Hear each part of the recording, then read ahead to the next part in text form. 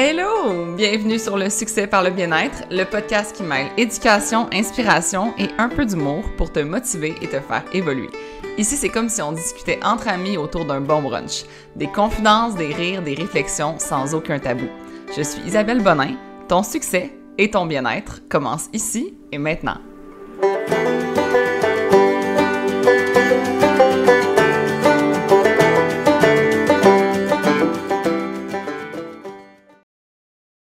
Allô, Amé, ça va bien? Oui, toi? Oui, merci de revenir sur mon podcast. Ça fait tellement plaisir. La dernière fois, on a parlé de confiance en soi et là, on change complètement. On s'en va ailleurs. Et on s'en va ailleurs. Ben, je l'avais prévenu dans mon podcast que j'aimais ça parler d'entrepreneuriat. Puis, moi, ce que j'aime, c'est que tu es une geek de l'AI. Puis, l'intelligence artificielle, ça intéresse les gens, là, dans le sens que même si tu n'es pas entrepreneur, tu veux savoir comment maximiser ta vie avec l'intelligence artificielle, sauver du temps, tout ça. Mais c'est aussi un sujet qui est très débatique, dans le sens que, je sais pas si débatique c'est un mot, là, de débat.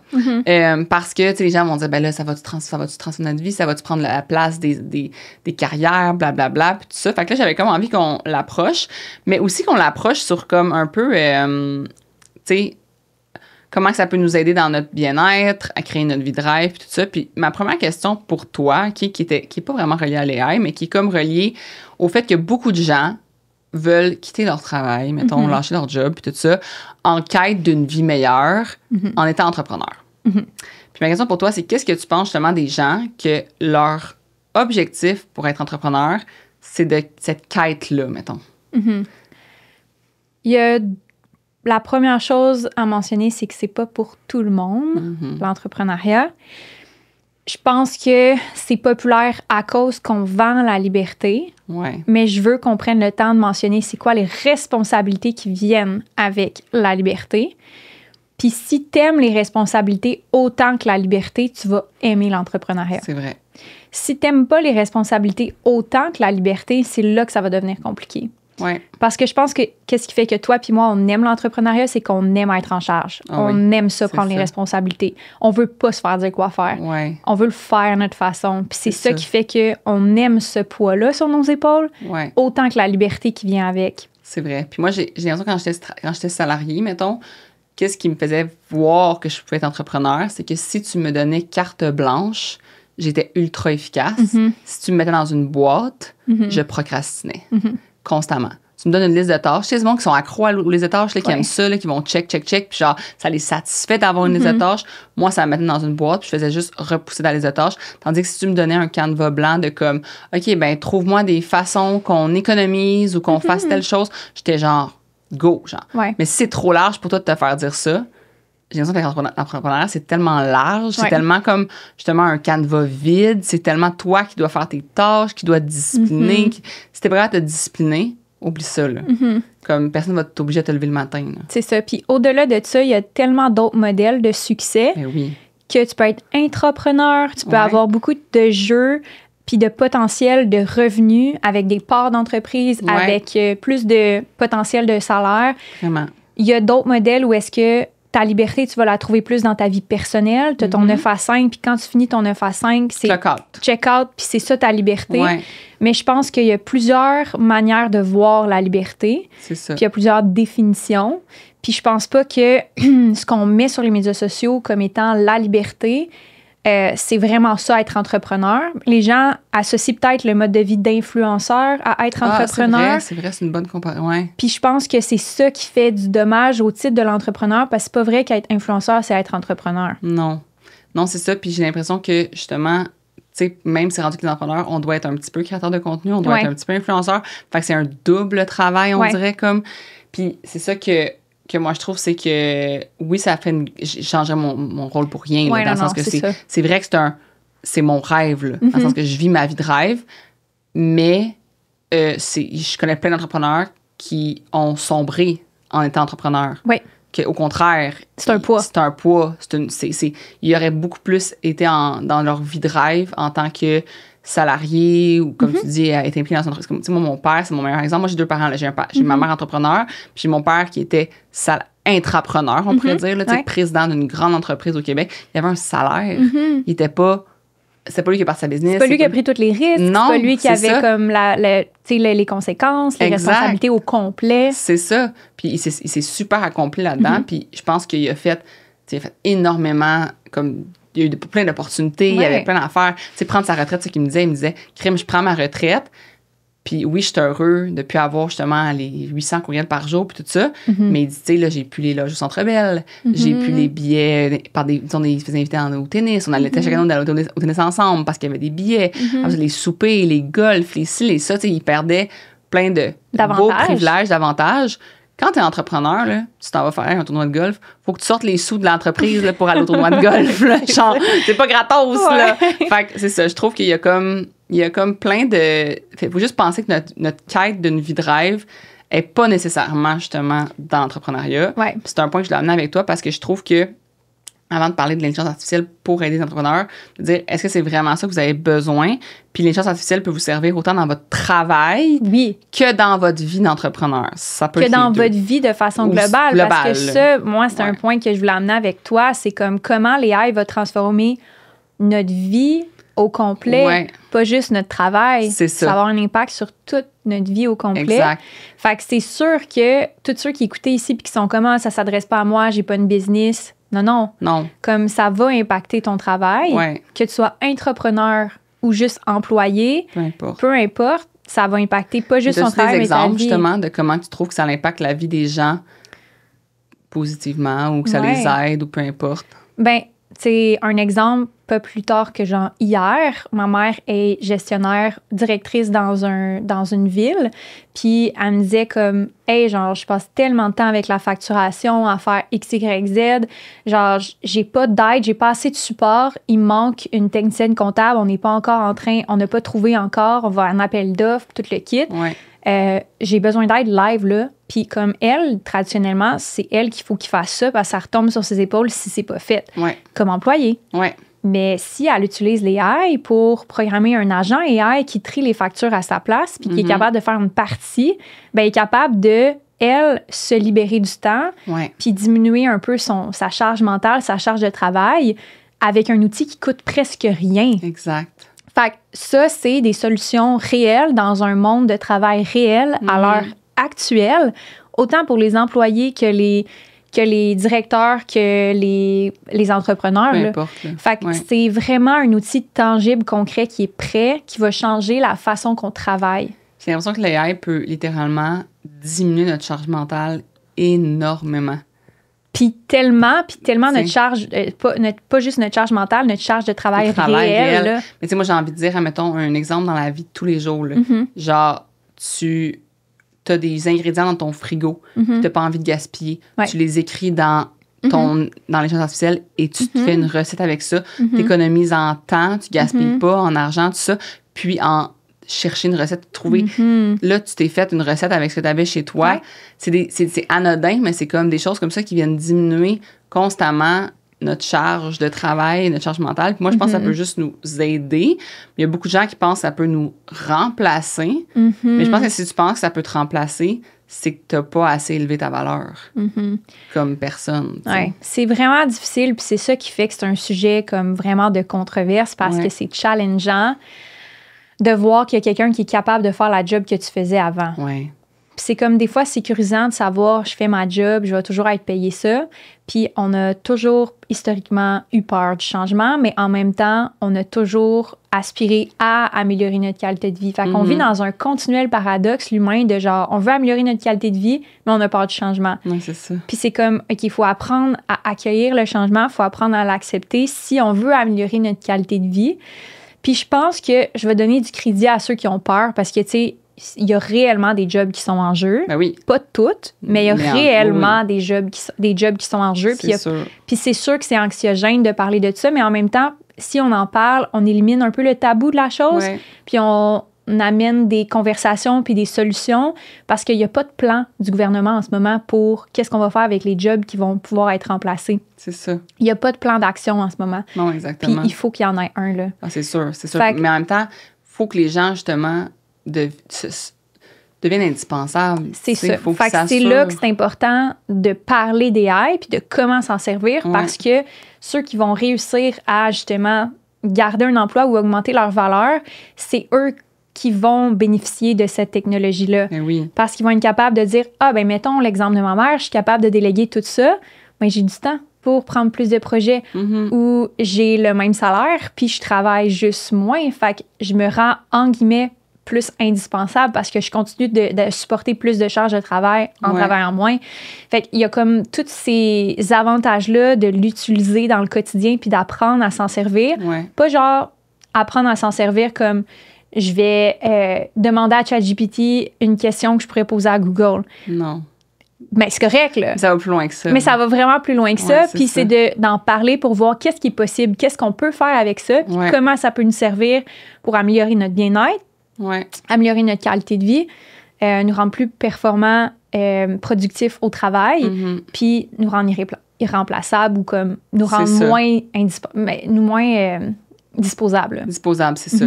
Puis justement, c'est là que moi, j'arrive en disant comme, c'est quoi, dans le monde des affaires, mettons, les plus grands avantages concrets là, d'intégrer l'AI dans sa façon de travailler. Puis, tu sais, parce qu'il y a t'es salarié, mettons, puis là, c'est ton boss là, qui est comme un peu résistant au changement, là, puis résistant à l'AI, puis tout ça. Fait que là, comment lui démontrer les plus grands avantages que ça peut avoir dans, justement, sa façon de travailler, dans tout ça. Est-ce que c'est développer, justement, démontrer des systèmes? Est-ce que c'est comme...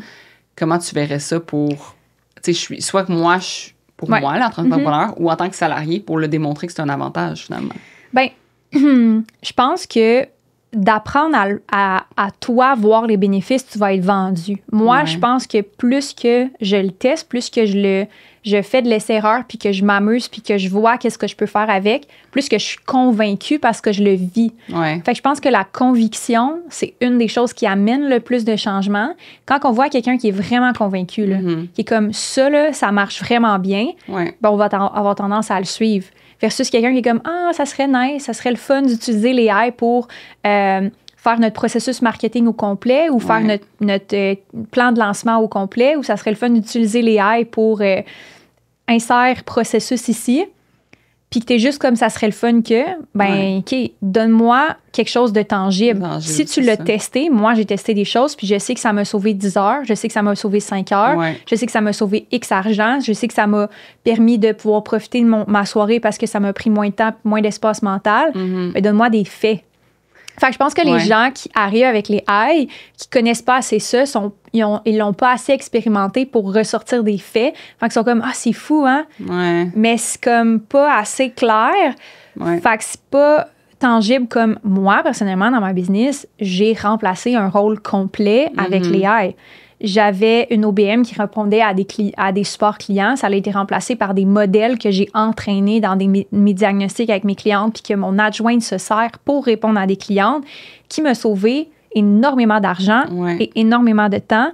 Fait que quand je dis ça à mon équipe, vous voyez, là, on a sauvé plusieurs milliers de dollars avec ça. Est-ce que vous voyez l'importance? Là, il y a un poids à ce que je dis. Fait que je pense que c'est d'arriver avec de l'expérimentation, plus que juste j'ai entendu ça, puis j'ai pas la conviction. Puis là, pour quelqu'un qui entend ça, puis comme oui, je veux. Comment? Genre, comment tu commences à expérimenter, puis à faire plus que juste écrire une question que tu écrirais à Google, justement? Ben, moi, je vais dire, si tu sais pas par où commencer, c'est un bon point de départ. Il faut vraiment que tu traites l'intelligence artificielle comme une personne intelligente. Ça, c'est ça le problème des gens, c'est comme, mais il faudrait que moi, je pense à sa place. L'intelligence artificielle va penser pour toi. Il faut que toi, tu lui dises, voici, j'en suis où. Fait que si toi, tu es comme, hey, chat, GPT, c'est la première fois que je t'utilise. Je ne sais pas comment t'utiliser. Voici mon travail. Voici qu'est-ce que je fais. Voici mes tâches à chaque jour. Je ne sais pas comment tu peux m'aider. Comment tu peux m'aider? Puis tu commences à avoir une conversation comme tu aurais avec un employé. Hey, genre, je sais que tu es full resourceful. Je sais que tu as de l'expérience. Je sais que tu sais qu'est-ce que tu fais. Aide-moi. Puis commencer avec ça, ça va être déjà un bon point de départ. Je pense que les gens ont de la misère à trouver les problèmes qu'ils ont dans leur vie. Comme dans le sens, il faut que tu partes de, tu sais, faut que tu veuilles vouloir changer ta vie. Puis je vais donner un exemple que j'ai vu récemment sur TikTok d'une fille qui allait au cégep, OK? Puis elle a utilisé les AI d'une manière que le monde dans les commentaires écrivait « Hey, si j'avais pensé à ça! Parce que les gens, ils restent dans leur petit quotidien puis ils sortent pas de leur zone. Mais dans le fond, ce qu'elle a fait, c'est qu'elle a j'ai trouvé ça vraiment intelligent, justement. Puis j'étais comme... Elle a fait un screenshot de son agenda, mettons, son Google Agenda avec ses obligations comme qu'elle a... Mettons, elle a mis ses cours qu'elle avait eu, c'est cégep, là, ses cours de cégep, plus les autres obligations comme vraiment qu'elle est obligée à cette heure-là d'être là. Ouais. Le reste, c'était un canevas vide. Là. C'était comme... Puis là, elle a dit, ben moi, je veux m'entraîner 5 fois par semaine. Pour aller au cégep, ça me prend tant de temps. Voici le nombre de... Dans le fond, elle a été voir pour avoir la meilleure cotère, combien chaque cours allait optimiser sa cotère. Fait qu'elle a dit, je veux que tu me donnes le nombre de temps d'études pour maximiser ma cotère en fonction de la valeur de chacun de mes cours. Plus je veux m'entraîner tant de temps, plus je veux faire ça dans ma vie, je veux avoir tant de vie sociale, blablabla. Optimise mon agenda. Optimise mon Google Agenda. Ouais. Qu'est-ce qu'il a fait, lui? Il a tout placé dans son agenda. Quand est-ce qu'elle allait s'entraîner? Quand est-ce qu'elle allait faire son épicerie? Quand est-ce qu'elle allait cuisiner? Ouais. Puis combien de temps elle allait étudier pour chacun des cours en fonction de l'optimisation de sa cotère? Ça, la gang, c'est la fille, elle a compris qu'il y avait possibilité de maximiser son horaire. Mais si toi, tu le vois pas, ça, que tu peux maximiser ton horaire, c'est là que tu peux pas utiliser l'intelligence artificielle parce que tu restes pogné dans, ben c'est comme ça la vie. C'est de même. C'est pour ça, je pense qu'il va y avoir de plus en plus d'éducateurs AI, Moi, je pense que mon rôle va être encore plus important comme coach business parce que c'est pas à propos de qu'est-ce que tu poses comme question à l'AI, c'est comment tu l'utilises pour régler des problèmes. Fait que je pense que l'humain va être encore plus important, puis la façon de penser ou d'utiliser l'AI va être tellement pertinent, cet exemple-là. Mais oui. Mais il y en a tellement plein en business. C'est ça. Puis il faut que tu assumes que l'intelligence est intelligente, qu'elle est capable de régler des problèmes mieux que toi. Ouais. Ça, il faut que tu assumes ça. Fait qu'il faut que tu mettes ton ego de côté un petit peu. Puis deuxièmement, il faut que tu sois en mesure d'identifier des problématiques de façon claire en donnant le bon contexte. C'est ça. Puis il faut vraiment, puis là, on va rentrer dans tout le côté éthique éventuellement de tout ça, mais oui, il y a une question il faut que tu te poses les bonnes questions. Fait qu'il faut vraiment que tu t'arrêtes parce que c'est pas juste comme dans le quotidien, entre 2 meetings, que tu vas être en mesure d'avoir ces réponses-là. C'est ça. Puis cette optimisation-là. Faut pas parce que l'amour, c'est que la vie va déjà tellement vite que là, si ta vie, justement, est pleine puis que tu prends pas le temps, ben tu changeras rien. Mais l'affaire, c'est que cet investissement de temps-là va te faire sauver tellement de temps dans le futur que tu vas pouvoir débloquer des heures et des heures. Puis là, pouvoir, mettons, prendre 1 heure par semaine pour aller justement utiliser l'intelligence artificielle puis améliorer encore plus ta vie, améliorer encore plus tes tâches, améliorer, tu sais, tout optimiser finalement. Là, mais c'est de prendre le temps parce que, puis tu sais, un autre exemple que ça peut améliorer notre qualité de vie, c'est pas juste le temps que ça nous sauve, c'est les coûts que ça nous sauve. Puis c'est accessible tout le temps. Ouais. Ça, c'est vraiment quelque chose qui est nouveau avec l'AI parce que même si tu as la même réponse d'un comptable, d'un fiscaliste, de whatever, puis je dis pas que ça remplace les conseils de professionnels. Je dis pas que ça va remplacer le conseil humain puis vraiment la neutralité parce que on va parler de neutralité, mais c'est un des problèmes de l'AI. C'est difficile d'avoir quelque chose qui est neutre parce qu'il va toujours pencher en ta faveur. Mais mettons que tu es capable d'avoir accessibilité à de l'information rapidement, efficacement, des solutions rapides et efficaces, tu n'as plus besoin de payer ou d'attendre pour avoir la réponse. Exact. Puis ça accélère ton processus de décision, ça accélère le changement, ça améliore ta qualité de vie plus rapidement. Puis je pense que ça va changer les choses au niveau, puis là, je veux pas être trop geek là-dedans, mais au niveau de la santé, parce que ce qui était réservé à le système de la santé nous bloque, c'est difficile, bien, il va y avoir de plus en plus de tests de santé à la maison que des outils AI vont pouvoir mesurer et faire les calculs. On a des montres, la Oura, j'ai la Whoop, mais cette information-là, on ne l'avait pas il y a moins de 2-3 ans. C'était pas populaire là, de tracker ton sommeil puis de savoir toutes ces données-là puis pouvoir les optimiser en temps réel. Ouais. Ça, c'est rapide, c'est accessible. Tu n'as pas besoin d'aller voir un médecin pour avoir cette information-là ou faire un test d'apnée de sommeil à l'hôpital pour savoir comment tu dors puis si tu fais de l'apnée du sommeil. Fait que ce genre d'informations-là, on va en avoir de plus en plus. Elle va être de plus en plus accessible, de moins en moins cher. Fait que tu n'auras comme plus d'excuses de ne pas faire des changements. Ça va être tout à propos de comment tu vas prendre conscience de ta santé puis tu vas prendre la responsabilité de ta santé parce que l'information va être plus accessible, les données vont être plus accessibles. les experts vont être plus accessibles. Fait que tout ça, ça va vraiment, pour ceux qui vont l'utiliser, augmenter notre bien-être puis notre qualité de vie. Puis j'aime ça quand tu parles de justement les données. C'est parce que l'affaire, c'est que moi, je dis souvent aux gens, ayez pas une Oura Ring si vous faites rien avec les données après. Ouais. C'est ça l'affaire. Mais l'affaire, c'est que les gens, ils font ça, ils font rien avec ça. Ils vont juste avoir des données.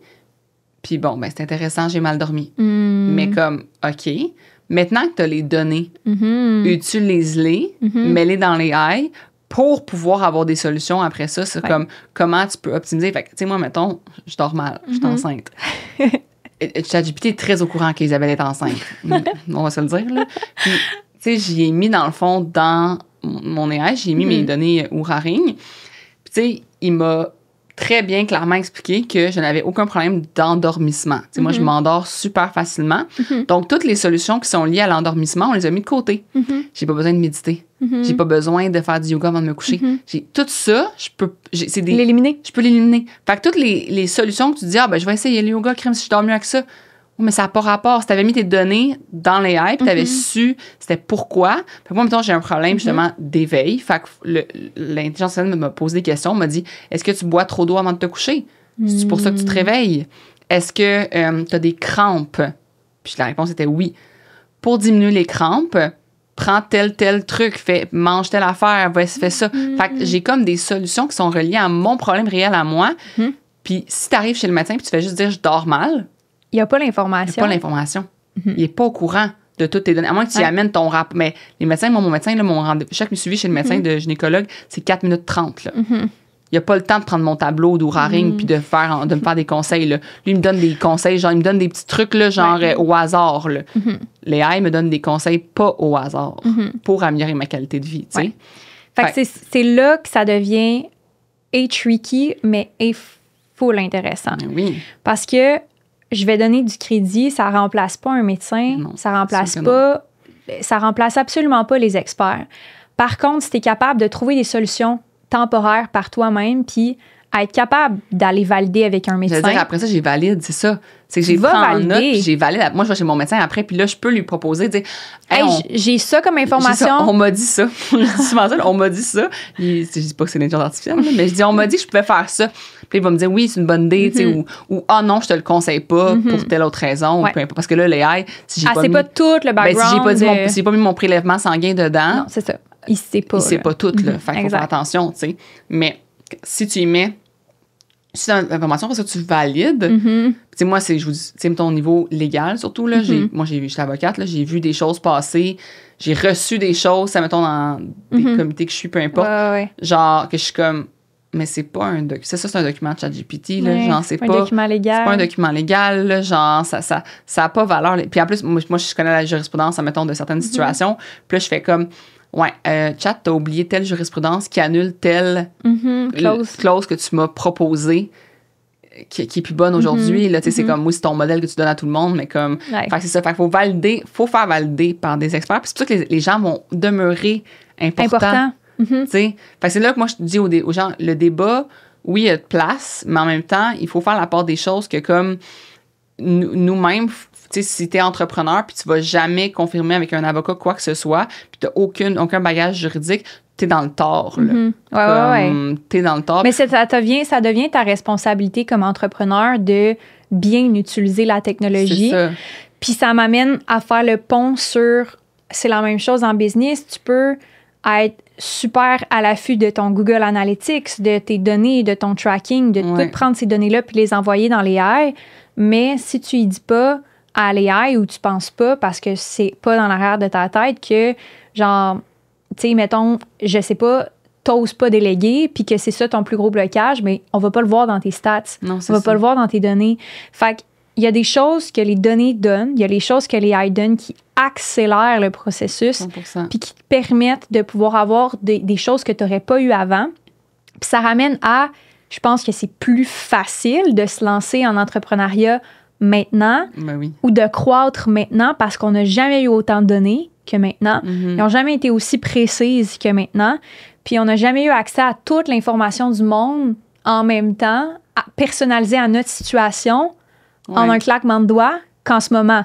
Fait que, tu sais, le trial and error, là, moi, j'ai fait Google Search là, bien souvent là, dans mon début entrepreneurial. Puis même avant Google Search, des livres de MBA de ma mère. Là. Ben, là, moi aussi, c'était genre, j'avais mon MBA, j'allais sur YouTube chercher, j'allais partout chercher, là, c'était tough, fallait que, tu sais... Puis t'achetais des formations, puis tu passais à travers la formation complète, parce que sinon, tu sais, c'était pas custom comme ChatGPT en ce moment. Là. C'est ça. Fait que je pense que c'est encore plus facile qu'avant, entre guillemets, parce que t'as toute l'information.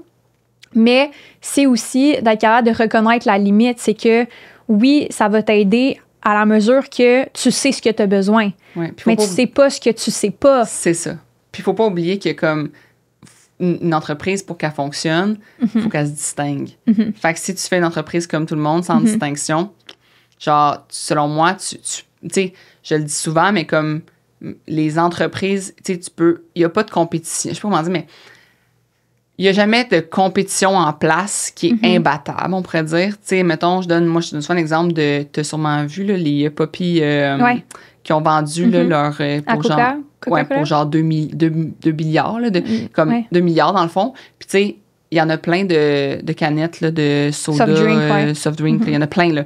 Mais eux, ce qui les distingue, c'est leur image de marque, c'est leur marketing, c'est tout ça. C'est pas l'AI qui a fait ça. Là. C'est elle là, qui était bright puis qui a comme pensé à comment se distinguer puis tout ça. Fait qu'il va falloir que tu continues d'être créatif. Là. La créativité... Ça va rester humain. Ça va rester humain, c'est ça.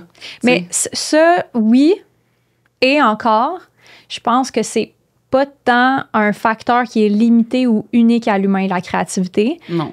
Parce que tu es capable de prompter, c'est là que mon côté geek embarque, tu es capable de prompter quelque chose pour faire en sorte que ton agent AI soit créatif. Ah, c'est sûr, mais oui, il peut être créatif, c'est certain. Puis il peut se distinguer. Ouais. La seule chose, c'est qu'il faut que tu sois capable de savoir qu'est-ce qui rend une entreprise distinguée, qu'est-ce qui rend le processus créatif unique. Fait que, exemple, que toi, à la base, t'es pas créative, puis à la base, toi, tu sais pas c'est quoi un processus créatif de recherche, d'analyse, de positionnement de marché. Tu peux pas prompter ça à un chat. Exact. Fait que, encore une fois, ça revient à, faut que toi, tu développes des compétences différentes pour être capable d'avoir un résultat différent pour que ça soit scalable. Mais, tu sais, j'ai fait un test sur, comme, pars-moi une business, puis je pense que je t'ai envoyé une vidéo par rapport à ça, mais comme, from scratch, par une business qui est un software qui s'adresse au génie civil qui veulent optimiser, faire des plans pour leur étude, whatever.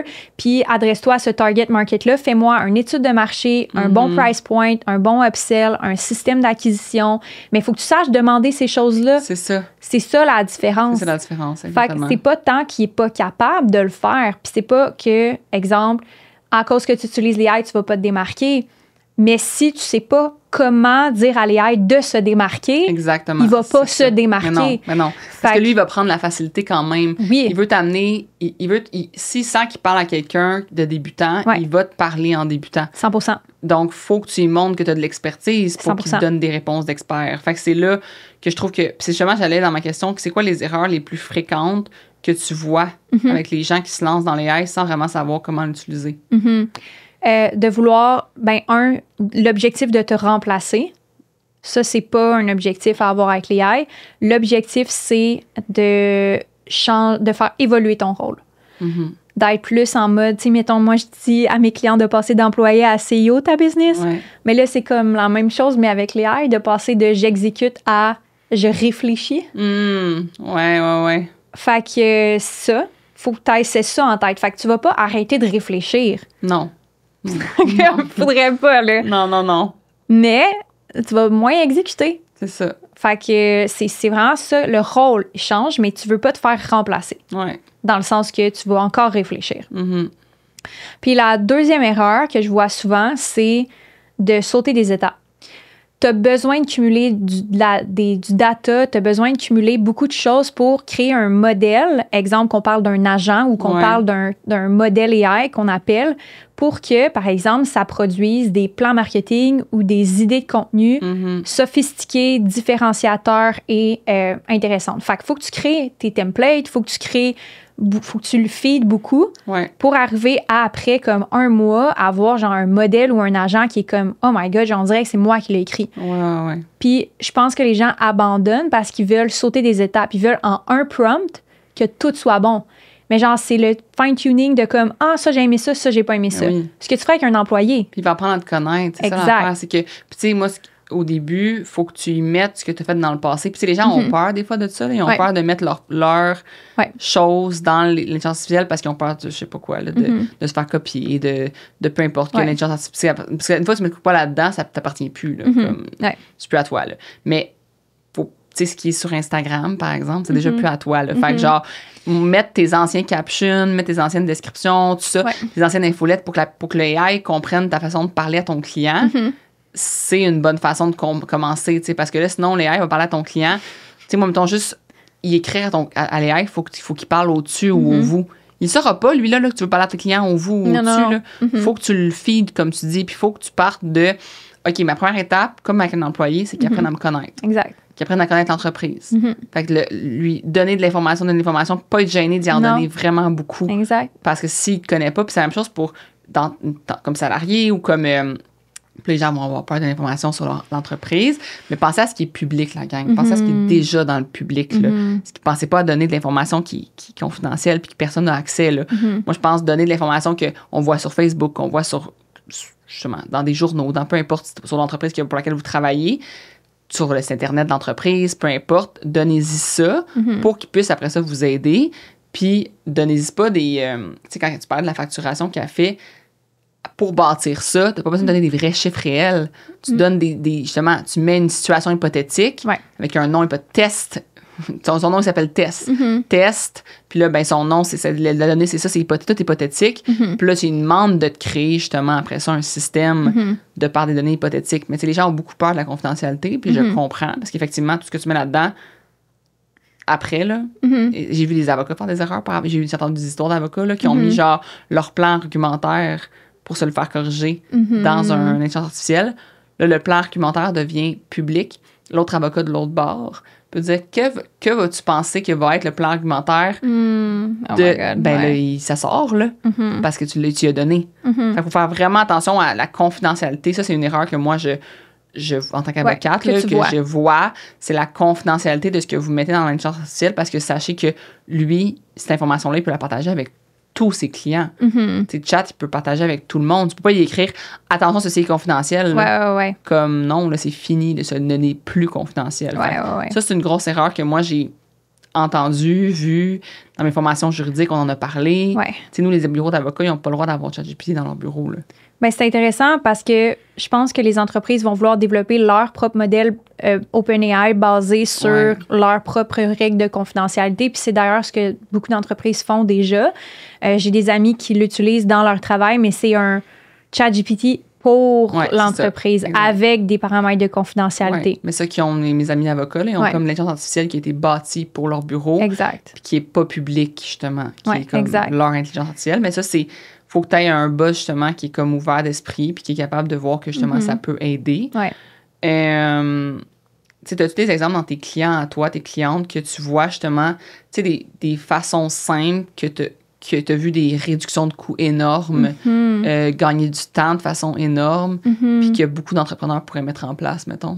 Oui, bien, rapide, là, tu sais, c'est sûr que ça fait longtemps, mais comme tout ce qui est le sous-titrage, AI, montage vidéo, AI, ça sauve vraiment beaucoup de temps, beaucoup d'argent. Après ça, tout ce qui est rédaction, je veux dire... ça c'est My God. Ça, c'est une grosse économie financière et de temps. Puis, mettons qu'on rentre dans les détails, je dirais que tout ce qui est automatisation, comptabilité, genre vraiment des logiciels qui automatisent tout ce qui est les processus de comptabilité, je vois vraiment un rendement de comme 50% en termes d'économie de coûts réels, en termes de qu'est-ce que ça coûterait un employé faire versus ce que le logiciel coûte pour automatiser la facturation, pas la facturation, mais la tenue de livre, l'entrée de données. C'est tout. Moi, je pense beaucoup à des choses que vous faites. Cléricales. Cléricales, puis qui revient tout le temps. Ce que vous vous dites qui revient tout le temps, puis vous êtes comme, mon Dieu, à chaque semaine, il faut que je fasse ça.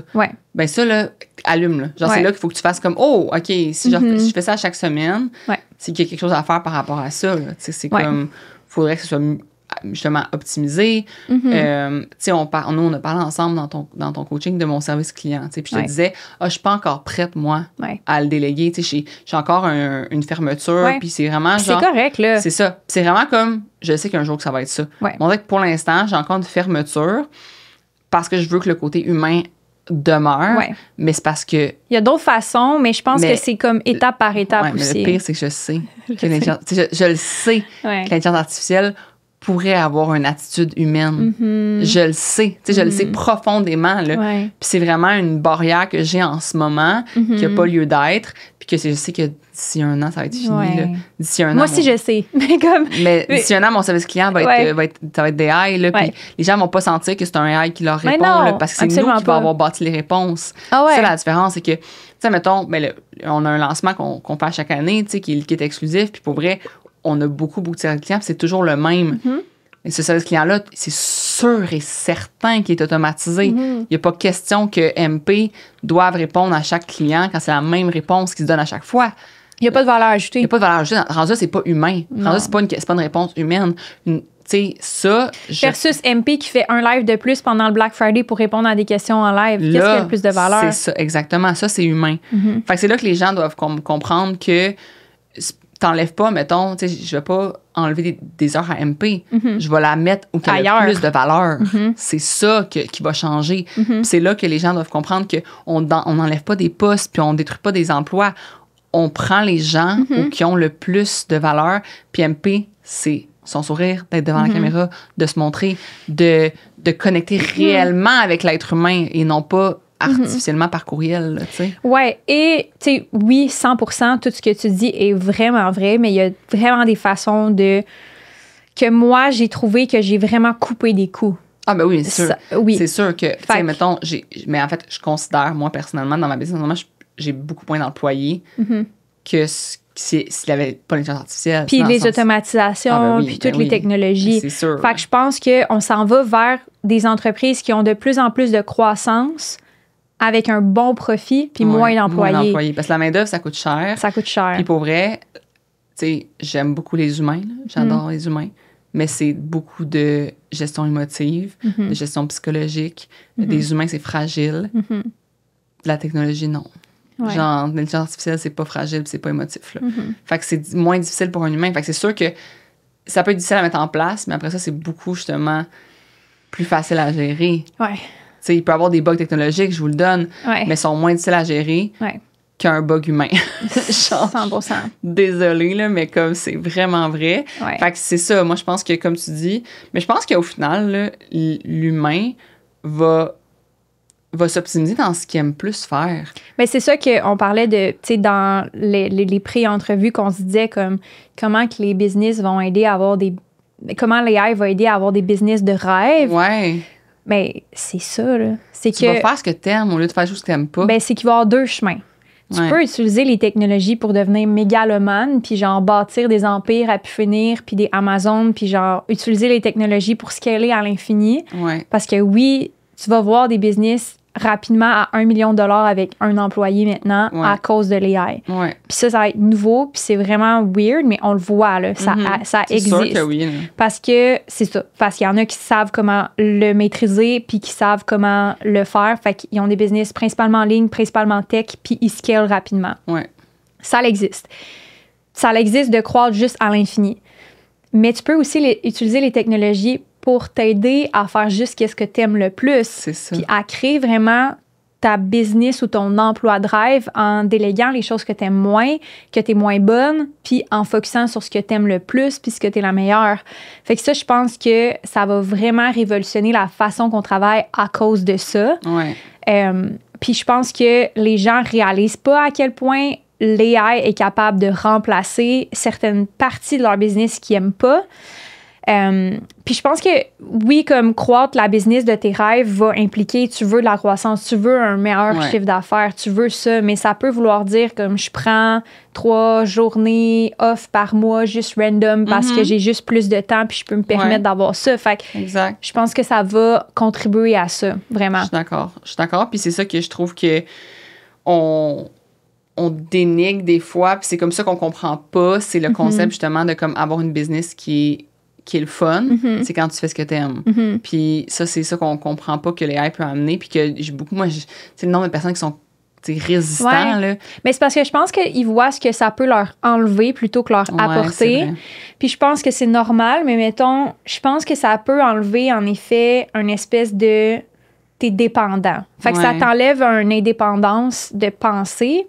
Puis je pense que ça, il faut vraiment avoir une discipline, mais c'est comme les médias sociaux. Tu sais, si tu vas toujours demander à chat ou t'es reliant ou que t'es absolument pas capable de te déconnecter puis que t'es fusionnel, puis c'est un des dangers avec l'intelligence artificielle, mais en fait, c'est un des sujets du danger de l'AI, c'est la fusion de l'humain avec la technologie. Là, c'est très futuriste, mais comme... Mais c'est vrai. On parle... comme d'un peu devenir obsessif comme avec les réseaux. On est devenus là, des petits robots obsessifs là, des réseaux sociaux. Là. C'est parce que là, on a ça, là. Mais à un moment donné, ça va être une puce, là. Puis comme ça, c'est fusionné, là. C'est comme ça détecte ton cancer, ça détecte tout. C'est comme... Tu connectes, là. Le pire, c'est que tu vas vouloir l'avoir, la puce. Mais c'est comme, ça. Si la puce peut te dire que tu as le cancer beaucoup d'avance pour le guérir, beaucoup d'avance, pourquoi tu l'aurais pas? Mais c'est ça qui fait peur aux gens. Tu sais, c'est comme tout ça qui fait qu'on a peur parce qu'on devient dépendant. Mais je pense que comme n'importe quelle innovation dans la vie, c'est plus facile de... Genre, c'est plus facile de surfer que de résister parce que ça va arriver anyway. C'est ça. Fait que c'est juste, plutôt que d'être dans l'inconnu, moi, je lis un livre qui est fabuleux par rapport à ça. Je le linkerai, si tu veux, dans les show notes. C'est Homo Dos. Homo Dos, OK. Ouais, Dos, qui est comme l'homme nouveau. Puis c'est vraiment comment que l'humain évolue avec la technologie puis l'AI, puis comment ça va révolutionner notre philosophie de la vie. On va plus voir la vie puis la mort de la même manière parce que notre espérance de vie va augmenter. Ça va être moins rare, la vie, parce qu'on va avoir comme plusieurs chances à la vie parce que on va pouvoir vraiment prévenir la mort. Puis c'est cette quête-là vers pas juste le bien-être, mais les performances ultimes puis le bien-être ultime. Parce que là, on est capable d'optimiser notre vie au millimètre près. Pourquoi qu'on le ferait pas? C'est ça. Fait que là, c'est comme toujours la quête vers l'optimisation de notre qualité de vie. Puis ça peut devenir épeurant parce que c'est vrai que ça nous rend dépendants. Ça nous rend connectés, fusionnels. Puis on devient comme un super humain, genre, qui est full productif, qui est full connecté, qui est full optimisé. Mais genre, à quel prix, tu sais?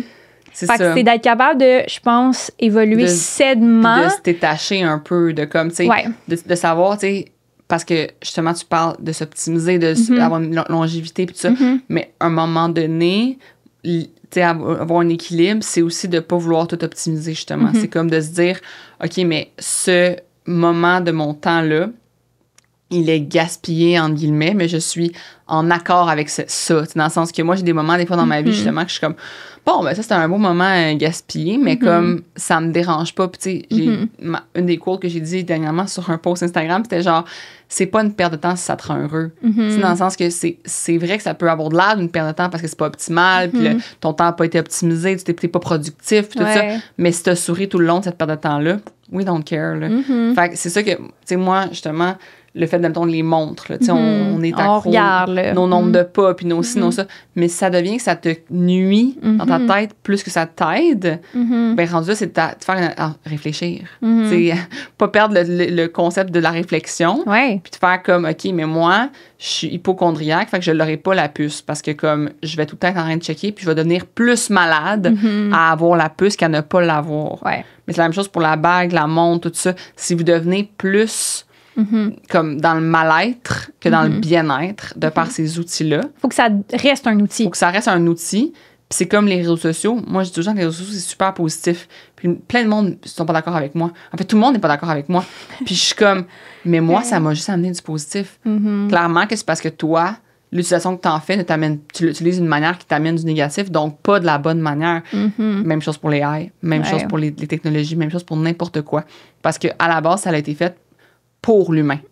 toutes les technologies sont bâties pour nous aider. En fait, c'est nous qui l'a créé pour améliorer notre vie. Fait que, comme les médias sociaux, l'intention, c'est la connexion. On veut connecter. Ouais. On veut avoir accès à plus de gens, puis leur vie, puis plus de relations plus facilement. C'est exactement ça que ça fait. On se connaîtrait pas sinon. Exactement. Comme, il y a plein de choses comme ça que, en rétrospective, oui, je peux comprendre, mais il faut être capable de mettre des limites saines. Puis ça va être exactement la même chose avec l'AI. Ouais, si t'es pas capable de comme partir en camping ou comme faire un voyage, puis que genre ça te prend l'AI ou comme ça te prend, peu importe, X, Y, Z, ta montre. Moi, j'ai pas eu ma montre pendant 2 semaines en Italie. Je suis comme, hey, pas de médias sociaux, pas de montre, m'en fous bien raide. Puis je suis capable d'avoir ma propre conscience, puis ma propre réflexion, puis mon propre jugement à l'extérieur de l'AI. Puis je suis pas dépendante, mais je m'en sers comme outil.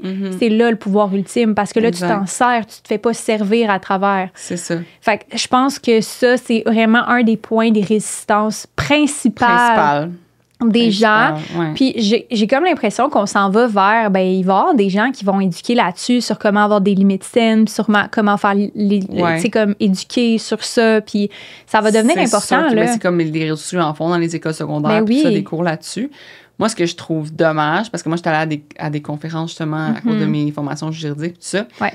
Ce que je trouve dommage, c'est que ce que j'ai vu dans mes formations jusqu'à maintenant, là, c'est la personne qui fait la conférence puis qui parle de l'AI, elle est elle-même en train de faire comme un espèce d'avertissement négatif, genre. Ça, je trouve ça vraiment lourd. Ouais, c'est lourd. J'ai trouvé ça vraiment lourd, puis j'étais comme... C'est comme une genre d'état de panique. De panique, là. De comme, OK, vous avez... C'était sur, dans le fond, c'était sur autant le juridique, le médiatique, là, au niveau des journaux, puis tout ça, comment ça va les impacter, puis la radio, puis blablabla, puis tout ça. Puis là, ben, c'était comment les avocats, justement, répondaient aux questions de... Ça ne devrait pas être légal, l'AI, parce que là, ça enlève le côté... la propriété intellectuelle, blablabla, puis tout ça. Puis là, les avocats étaient comme un peu alarmistes, puis j'étais comme... Genre, ça, c'est dommage. C'est dommage de ne pas montrer aux gens que c'est pas alarmant. C'est alarmant si tu ne l'utilises pas comme il faut, justement. Oui, puis tu sais, j'ai des clientes qui sont dans la relation d'aide, qui sont en intervention directe avec des clients qui peuvent pas dévoiler certaines informations confidentielles, puis qu'il y a un gros débat par rapport à ça sur est-ce que c'est légitime de faire de la prise de notes AI de rencontres de clients quand c'est confidentiel et que ça prend un jugement clinique qui est quand même un jugement clinique, là.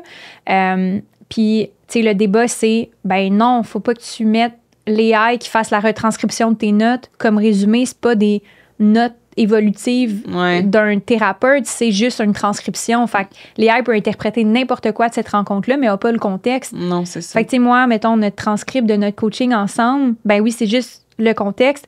Mais moi, j'ai comme des années de contexte en arrière qui font que j'ai un jugement critique de la situation. Fait que il y a toute cette démarche-là qui est quand même, oui, il faut faire attention, puis il faut avoir un message de éthique de la chose, de comment on l'utilise dans les professions. Sauf que c'est comme, mais cette cliente-là, elle a sauvé tellement de temps avec les notes. Maintenant qu'elle l'utilise, elle a des templates. Elle enlève le nom du client. Il y a plein d'affaires qu'elle fait qui font qu'elle le fait de façon conforme, elle le fait de façon éthique. Puis mes clientes qui le font, c'est ça qu'ils font. Mais pareil, pour mes clientes à moi, genre, je mets pas de nom, il n'y a pas d'informations. C'est juste les informations, les données. Personne ne peut savoir c'est quoi. Fait que, tu sais, je pense que c'est d'avoir des conformités puis des règles puis d'en parler. Puis je pense que c'est bien plus motivant de dire « Hey, voici comment l'utiliser que « Hey, il faut pas que tu l'utilises, c'est vraiment dangereux. » C'est ça, c'est démotivant. Puis je pense que c'est ça le discours, c'est que les gens savent pas comment donner les directions. Fait qu'ils font juste dire « Attention! On l'utilise pas. On l'utilise pas, on sait pas comment l'utiliser, patate chaude. » Ils vont tirer dans le pied parce que on n'aura pas le choix. Là. Non, c'est ça. Là. Genre, il y a pas une loi. Puis ça, ils l'ont dit, par exemple, ils étaient comme... On ne pourra pas rendre ça illégal. Non. Tu sais, c'est comme, c'est pas possible de rendre ça illégal. Puis si tu rends ça illégal au Canada, qu'est-ce qui va arriver? On va devenir une société qui va être moins évoluée que les archaïques.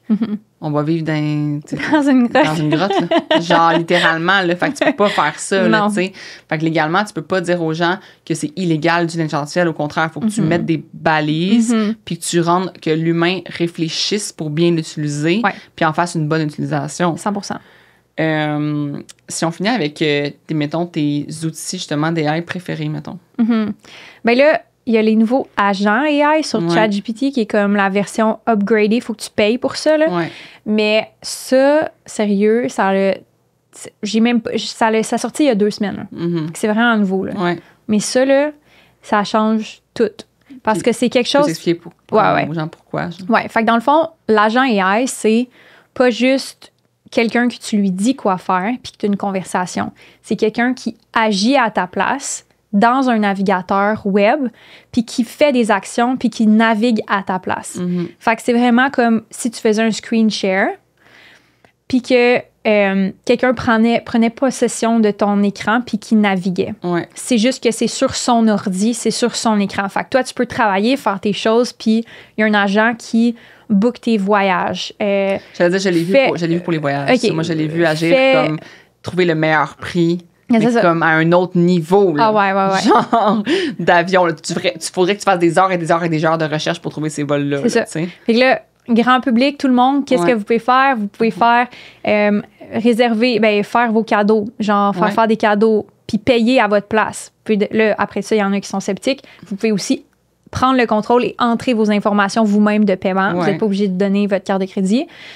Vous pouvez, moi, ce que j'ai fait, c'est tout le tri de factures. Fait que, tu sais, mettons, c'était tout un bordel dans mon drive. J'étais genre, fais-moi le ménage là-dedans. Ouais. OK, parfait. Pris une demi-heure. Faites le ménage de mon drive. J'étais genre... Puis tu tournes dans ton drive, puis c'est fait, là. Ah! J'étais genre, c'est what? Ça. J'aurais pris 3-4 heures pour faire ça, là. Puis c'était fait. Look. Je répondais à des courriels pendant que ça faisait ça. J'étais là, holy hell! Tu ferais-tu faire des affaires, admettons, que t'as peur du résultat, pas comme peur du résultat, mais tu sais, mettons comme que tu dis, s'il le fait pas bien, c'est comme ça se refait, tu sais, ça se remet pas en arrière, genre. Parce que ça peut-tu revenir en arrière, dans le sens que tu peux faire cancel ce que tu as fait, genre, j'ai pas aimé ça finalement. Non. C'est ça l'affaire, tu sais. Fait que faut que tu fasses attention à ce que tu demandes, parce que. Mais moi, je le surveillais, tu sais, comme, là, c'est nouveau, OK? Fait que je suis très, genre, test and try, les affaires dans mon drive. Bon, OK, ces affaires, ça me dérange un peu moins, tu peux retracer en arrière l'historique, bon. Quand c'est dans Corbeil, dans ton drive, tu peux le retracer. Mais tu sais, ce que je faisais, c'est que je répondais à tes courriels pendant que c'était en veille sur mon deuxième écran. Puis une fois de temps en temps, je faisais juste checker, genre, ça a l'air de quoi? OK, parfait. Puis je laissais travailler. Puis même chose qu'avec l'intelligence artificielle, cet agent-là, tu peux lui donner des directions. Fait que si tu vois qu'il est comme pas en train de faire la bonne affaire, t'es comme, non, genre, ça, c'est pas correct. Il va rectifier le tir, puis il va faire. Fait que tu sais, avoir une forme de supervision. Au début. Mais oui, je pense, moi, je suis quand même très early adopter, là. Puis je suis très comme risk tolerant. Ouais, ça va être correct. Moi, je suis surtout que tu donnes des affaires qui est comme c'est pas tant grave au début. Je gère pas une multinationale qui sauve des vies non plus, là. Fait que c'est pas genre, ça serait pas si grave. Mais tu sais, il peut avoir des petites coquilles, mais justement, moi, je trouve que c'est ça qui fait que je m'améliore, c'est que je vois les coquilles, puis je suis comme, OK, ça, c'est le problème, je vais le fixer. Sauf que, tu sais, je sais pas si je ferais pas... Genre, j'enverrais pas des courriels à des clients one shot sans que je l'aie révisé. Non, là. c'est ça. Tu sais, je suis pas rendue là. Tu sais, je ferais genre, mets-le en draft, je vais les réviser avant. Exact. Fait que je pense que c'est de le faire progressivement, de gagner confiance, de voir que c'est reliable. Puis après ça, de faire comme, OK, là, ça vaut la peine de faire comme next step. Fait que ça, agent AI, genre, chef's kiss, là, c'est la vie. Asana AI, c'est vraiment, vraiment étonnant. On a créé des belles règles avec, comme je commence à travailler sur ce workflow-là, sur mettre des notifications quand ça arrive. Fait que, tu sais, plutôt que juste moi taguer mon équipe ou comme les workflows sur. Je travaille beaucoup avec ça en ce moment, je t'en ai présenté aussi, mais ça, j'adore ça. Je pense que c'est les 2 principaux avec lesquels que j'aime bien travailler. Puis c'est sûr que, tu sais, tout ce qui est Zapier AI, c'est vraiment sa coche. Ça, c'est rendu vraiment fort. Ouais, c'est vraiment fort. C'était des petits bugs. Des petits bugs, là. Maintenant, c'est rendu vraiment fort. Moi, j'aime vraiment, c'est sûr, les rencontres, mon Fatum. Là. Fatum is life. Là. Genre, moi, à chaque fois que je fais une rencontre avec quelqu'un, puis là, qu'il reçoit mon Fatum après, parce que Fatum, c'est il prend des notes pendant ton Google Meet. Chaque fois que la personne reçoit, elle s'abonne à Fatum. Elle est comme, c'est quoi cette technologie de fou? Parce qu'il prend dans le fond des notes. Tu sais, mettons, j'ai une rencontre avec Amé, puis là, on parle au début de genre ma grossesse, blablabla. Il ne prendra pas en note, ça, là. C'est pas important, là. Comme, il va prendre en note ce qui est important, ce qu'il sait qui est dans ta réunion importante, puis il te fait des tâches, il te fait des sujets, tu sais, mettons, nous, avec la créa, faut que je suis la secrétaire, il faut que je fasse les procès-verbaux, là. Ah, Ouais. c'est pas C'est toi pas moi qui qui est ai fait. fait, là. Non, là. Ouais. J'ai révise. Genre, Ben oui. je regarde ce qu'il y a écrit, puis j'ai révise. Ça, c'est Puis tout. je pense que ça, c'est comme un peu genre, faut que tu vois ça comme un jeu. Oui. Faut que tu t'amuses, là, Ah, je moi, j'ai du pense. fun. Là, moi, d'en découvrir, j'ai du fun. Ouais. Découvrir Oh, mon des Dieu. nouvelles. Moi, je me suis amusée, puis là, comme je dis, je suis vraiment geek. Fait que je t'ai Ouais. dit au début, je veux pas trop rentrer dans comme ouais. le geek de la chose, mais Airtable AI, nous, on a nos podcasts, puis genre, mettons juste le titre, puis Ouais. moi, je mets des notes dessus. Puis là, c'est comme ça génère la description, Mhm. puis genre un hook, puis comme ça le fait directement dans le Airtable. Ouais, c'est ça. Ça, c'est fou raide. Mais tu sais, je pense que tout ce qui est comme outils gadget, moi, je suis comme, teste-en une coupe, là, puis C'est ça. amuse-toi. Là. Amuse-toi. Puis, tu sais, moi, j'utilise.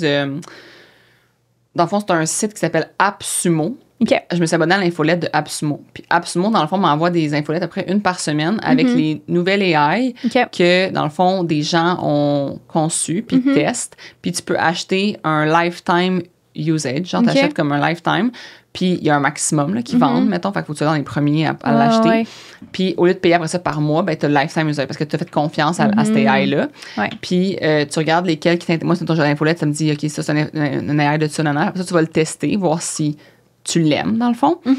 Puis, moi, mettons, j'ai payé, tu sais, un Calendly, mettons. Là. Ouais. Tu sais, c'est quoi Calendly? Mais moi, j'ai payé Tidical, Ouais. 29 $ pour lifetime usage de Tidical. C'est la même chose que Calendly. C'est la même chose que C'est Calendly. insane. Idem. Calendly, c'est 30$ par mois, la gang. Moi, j'ai payé 29 $ pour lifetime. Là. Ouais. Fait que tu encourages des gens à bâtir des AI, Ouais. des agents, des robots, des Ouais, whatever. ouais. Mais tu leur fais comme confiance au début. Il y a peut-être un petit peu moins de technologie au début qu'un autre qui est établi, mais après, tu l'as pour toujours, puis il s'améliore. Parce que ça, il vend mensuellement. Ouais, c'est comme une licence. On s'en va C'est beaucoup une dans licence, ouais. des modèles de licence AI. Ouais. Parce que ceux qui vont être. Puis ça, c'est des modèles qui vont vraiment réussir, mais plus que tu réfléchis à une façon créative d'utiliser l'intelligence, puis tu es capable de le vendre en licence parce Mais que oui. quelqu'un ne l'a jamais fait avant toi. C'est ça. Fait que ça, c'est vraiment hot, là. Mais ouais, vraiment J'adore. Fait cool. que moi, AppSumo, je le suggère. AppSumo. Abonnez-vous à l'infolette pour recevoir après ça les trucs. Vraiment hot. Fait qu'on finit mes questions en rafale. OK. Ton meilleur conseil bien-être en ce moment qui te vient. Oh my God. Être reconnaissante. J'adore ça. C'est full simple, Oui. c'est full quétaine. C'est full positif, mais ça rend tellement la vie plus belle. Oh Puis my tu God. priorises mieux après. Mais oui. Tu priorises Parce vraiment que mieux. tes priorités sont vraiment à la bonne place quand tu es capable d'être reconnaissante. Puis ça m'a pris tellement de temps avant d'arriver à un point dans ma vie que j'étais pas juste reconnaissante des grosses choses, mais genre de toutes. Tu comprends? Ouais, du petit quotidien, là, des petites affaires. Genre, j'étais assis en ce moment. Ouais. Tu comprends? Genre, Ah des ouais, affaires des petites vraiment, affaires. comme vraiment niaiseuses. Mais, puis je pense que ça vient avec être bien avec toi, mais genre la reconnaissance de qui que t'es. Fait que, tu sais, Ouais. il y a la reconnaissance de ta vie, mais juste reconnaissante d'être qui que t'es, puis d'être bien avec qui que t'es. Ouais. Je pense que ça, c'est vraiment les deux gros morceaux. Ouais, c'est bien. Mais là, t'as-tu dit, t'as-tu ton livre, le livre que tu lis, c'était Homo Deus? Ouais, Homo Deus de Ariki.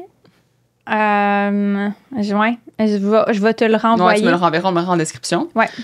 Ta suggestion podcast? La dernière fois, j'ai proposé le mien, fait que là, je vais proposer autre chose. Je suis vraiment fan des Hormody, là. Genre, Ouais. c'est mes... Le couple, les Ouais. deux, là? Je suis sérieuse, j'idole personne en vie, Ouais. sauf eux. Ouais? Ouais. Moi, j'ai des fois de la misère. J'aime même temps un épisode sur 2. OK. J'écoute tous les épisodes. Ok. Oui, je les écoute toutes, mais en fait, je pense que c'est le style, des fois, de façon de me faire parler. Ouais, c'est direct. Mais moi, c'est ça, j'aime ça, me faire parler directement. Ouais. Mais en même temps, des fois, je suis comme, hey, wow, là, genre, moi, tu peux me parler plus normalement que ça, Ouais, puis je vais ouais. comprendre quand même, là, tu sais. Ouais, Fait qu'on va ouais, des fois me faire parler trop intensément, je suis comme, genre, Ouais, ben c'est ça. C'est faut-toi pas... dans le mood, là. non, mais puis moi, je le prends comme j'ai pas besoin de me faire gueuler après pour faire des Non, choses. c'est ça. Mais, tu sais, j'aurais jamais leur vie. Non, non plus. Ceux qui connaissent pas les Hormody, c'est des fucking légendes. Là. Oh, Genre, oui, c'est je des sac légendes. sur ton podcast, je suis tellement désolée. Non, c'est correct. On fait ça, fait. Comme c'est des légendes là, Ouais. de l'infoprenariat en ligne. Mhm. Je les admire pour tout ce qu'ils font, mais j'aurais jamais leur vie. Je parlerais jamais comme ça à mes clientes. J'aurais tellement pas leur philosophie sur bien des affaires, mais le fait qu'ils accomplissent ce qu'ils accomplissent, Ouais. puis leur façon, leur éthique de travail, puis leur niveau d'excellence dans comme les objectifs qu'ils atteignent, C'est fou. c'est hors Mais tu sais, du commun. comme juste son livre là, qui est sorti là. Ça n'a pas rapport Non, mais à son lancement. genre, son lancement. Genre, ton algorithme était-tu genre juste plein? Genre, je ne voyais que son lancement. Ouais. Puis là, je suis allée voir, je suis comme, c'est-tu parce que genre, mettons... Non, ils ont dépensé 4 millions en pub, là. Exact, c'est ce que j'allais dire. C'est pas moi, c'est pas mon algorithme, là. C'était qu'ils ont tellement dépensé et fait de contenu. Ça n'a pas de sens. J'étais genre, mais c'est quoi ce lancement de Mongol pour un livre? Puis là, c'est comme, ben, ils ont des clients, ils montrent l'exemple. Un moment donné, genre, c'est ça, là. Comme, tu sais, moi, mettons, les gens qui sont mon app aspirent à mon mode de vie. Comme, moi, je vends mon mode de vie. Mais si du jour au lendemain, j'ai plus mon mode de vie, puis genre, ben, Constance n'existe pas, là. Genre, je vends mon mode de vie. Fait qu'eux doivent vendre leur truc, là, puis c'est l'exemple, là. Ben, tu sais, au final, ils ont quand même fait 150 millions et plus de ventes, là. C'est ça. Fait que, tu sais, je veux dire, autre que montrer l'exemple, sont vraiment un modèle de qu'est-ce qu'ils enseignent, ça marche. Fait que, tu sais, c'est comme, il y a des proofs, là. Ils vendent un livre à 100 millions. Tu sais, c'est ça leur titre de leur livre, là. Fait que, bref, tout ça pour dire, je sais pas pourquoi. Les podcasts. Mais nomme quand même le tien, parce que moi, j'ai full aimé la saison 11 là, du podcast. Oh my God, Fait que, dans le podcast, c'est Femme d'affaires accomplie. Vous allez pas vous faire crier après sur mon podcast. C'est très doux. Mais pour entrepreneurs, c'est tellement nice parce que c'est justement comme on suit une coachée en live. Fait que c'est vraiment, vraiment cool. Ouais, j'adore la saison 11 vu que c'est en vidéo pour la première fois. C'est tellement authentique. Ariane est extraordinaire. Elle est full ouverte, elle partage full. Elle est très dans ses émotions, très dans l'humain, vulnérable. Fait que non, j'ai full aimé. J'aime encore mon podcast. C'est rendu, on va être bientôt saison 12. Là. Ouais, c'est ça. Ton devoir pour nos auditeurs qu'ils doivent faire cette semaine. OK, allez passer 5 heures sur les AI. 5 heures dans une semaine? Ouais, non, mais j'exagère. Mettez au moins 1 heure dans votre Google Agenda cette semaine pour ça, fois 5 semaines. Genre, j'avoue. Pour 5 semaines, mettez 1 heure par semaine. Si vous êtes entrepreneur, 5 heures par semaine. Si vous n'êtes pas entrepreneur, 1 heure par semaine, at least. Donc, où qu'on peut te trouver sur les internets? Amélie.riendo. Tout simplement. Sur Instagram, je suis pas mal là. Sinon, mon podcast. Puis, je m'amuse sur TikTok quand ça me tente, quand j'ai le temps. C'est parfait. Merci, c'était super cool. Merci tout le monde. Bye! Merci infiniment d'avoir passé ce moment avec moi. Votre écoute fait toute la différence à chaque semaine. Donc, si tu as aimé, n'hésite pas à découvrir les dizaines d'autres épisodes qui sont disponibles et qui sont tout aussi pertinents. Et si tu veux soutenir le podcast, partage-le autour de toi et sur tes réseaux sociaux, ça m'aide énormément. On se dit à la semaine prochaine!